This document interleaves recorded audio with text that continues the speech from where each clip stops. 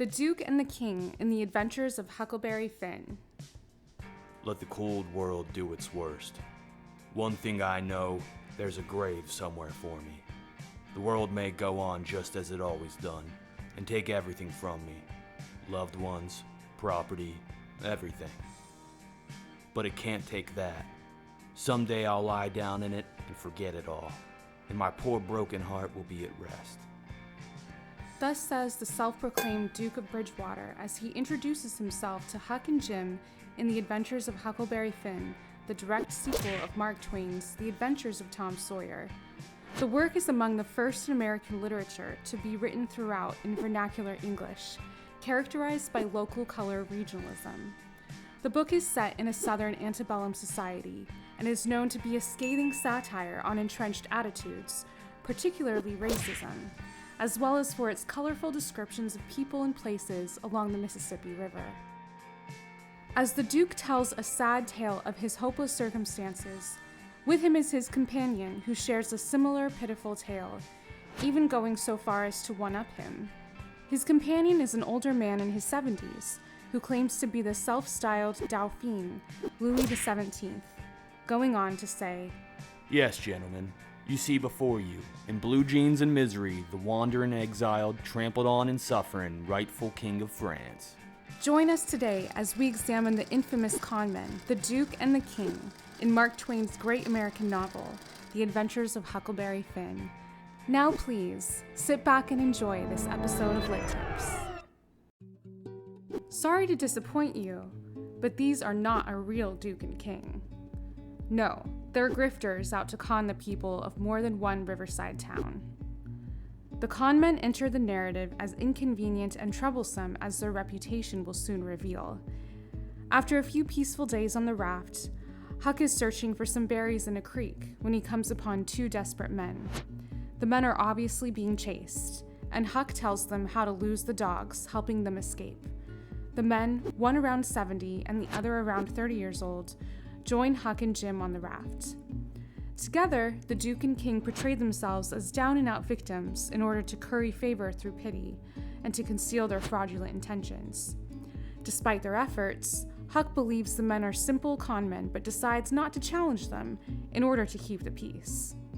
At first, when the Duke and King first meet, they try to con each other. But they soon strike a truce and go off to con the whole world, or at least what's known of it along the Mississippi.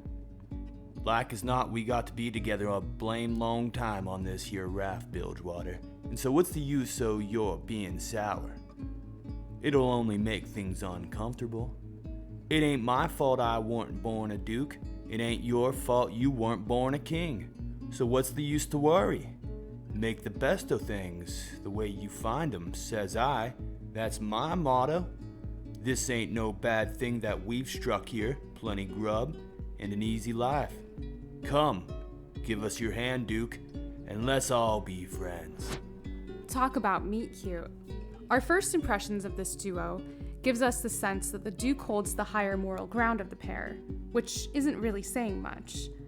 Next, we learn that it's not over friendship or loyalty for one another that they pair up, but rather for plenty grub and an easy life. In other words, we wouldn't bet on this team in Dancing with the Stars. Okay, but other than serving as examples of what not to do, the Duke and King have two significant roles in the novel. First is they're essentially the bizarro world version of Huck and Jim, and secondly, they play a major part of Huck's maturation. From here, the schemes of the conmen direct the plot, as the Duke and King become permanent passengers on Jim and Huck's raft, committing a series of confident schemes upon unsuspecting locals. The Duke even goes so far as to dress Jim up as an Arab to draw less attention, and so he can move along the raft without bindings. They stop in the one-horse town of Polkville, which is practically deserted because of the nearby camp meeting. When the Duke heads off in search of a printing shop, the King decides to attend the meeting. At the meeting, the people sing hymns and go up to the pulpit for forgiveness. It is here where the King professes to be an old pirate who has reformed and seen the error of his ways. Add in some crocodile tears and he's able to walk away with $87 and a bottle of whiskey. Not too shabby. The inclusion of the camp meeting is a perfect example of the confidence man. Along with its playful burlesque of religion, the camp meeting shows a gullible audience that is swindled because of its faith. The ensuing scene is reminiscent of George Washington Harris's Lovin' Good's Lizards, and Johnson J. Hooper's Simon Suggs Attends a Camp Meeting. Both authors were influential for Twain, and reflect a society that is scammed because of its misplaced faith or hypocrisy. First, they'd done a lecture on temperance, but they didn't make enough for them both to get drunk on. Then in another village, they started a dancing school, but they didn't know no more how to dance than a kangaroo does. So the first prance they made, the general public jumped in and pranced them out of town. Another time, they tried to go a yellocution, but they didn't yellocute long till the audience got up and give them a solid cussing and made them skip out. If the antics of the Duke and King weren't crazy enough, the Duke teaches the King Shakespeare, which results in their next con, planning a 3-night performance called the Royal Nonsuch. However, the play turns out to be only a couple of minutes worth of an absurd bawdy sham where a painted naked king spews nonsense. By the 3rd night of the Royal Nonsuch, the townspeople prepare for their revenge. But before they can dish it out, the two cleverly skip town together with Huck and Jim just before their performance is to begin. In the next town, the two swindlers then impersonate brothers of Peter Wilkes, a recently deceased man of the property. Mary Jane, Joanna, and Susan Wilkes are the 3 young nieces of their wealthy deceased guardian. The Duke and the King try to steal their inheritance by posing as Peter's estranged brothers from England. To match accounts of Wilkes' brothers, the King attempts an English accent, and the Duke pretends to be a deaf mute while starting to collect Wilkes' inheritance. Huck decides that Wilkes' 3 orphan nieces, who treat Huck with kindness, do not deserve to be cheated thus, and so he tries to retrieve for them the stolen inheritance. In a desperate moment, Huck is forced to hide the money in Wilkes' coffin, which is abruptly buried the next morning.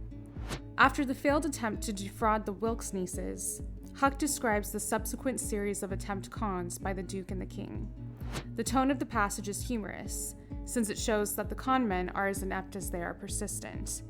But Huck's words also express a sense of exhaustion and frustration. At this point in the book, he desperately wishes to get away from these increasingly dangerous men. When the funeral takes place, things become even more complicated when not only is the gold mysteriously found inside the coffin, but the real brothers of the dead man show up and get into an argument with the King and the Duke. Huck attempts to get back to the raft and leave without them, but the 2 villains manage to escape by the skin of their teeth and catch a ride again with Huck and Jim. At the next town they stop at, the 2 men inexplicably sell Jim away to some farmers, who later conveniently turn out to be Tom Sawyer's aunt and uncle, as revenge for Huck ruining their previous scheme. The King sets Jim up to be captured and uses the $40 reward to get drunk. When pressed, the Duke lies to Huck about Jim's whereabouts, although to his credit, he almost tells Huck the truth, making him a little better than the King.